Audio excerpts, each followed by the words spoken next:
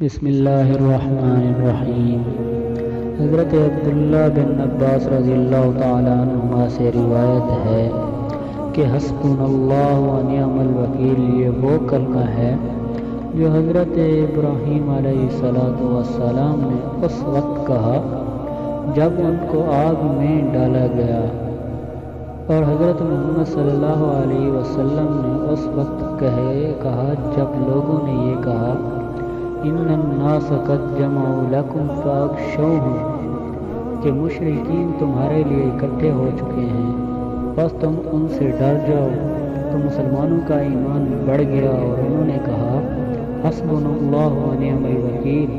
ایک روایت میں یہ الفاظ ہیں کہ حضرت ابراہیم علیہ السلام کو جب آگ میں ڈالا گیا تو ان کی آخری بات یہ تھی حسبی اللہ و نعم الوکیل، کہ میرے لیے اللہ کافی ہے اور وہی خوب کار ساز ہے۔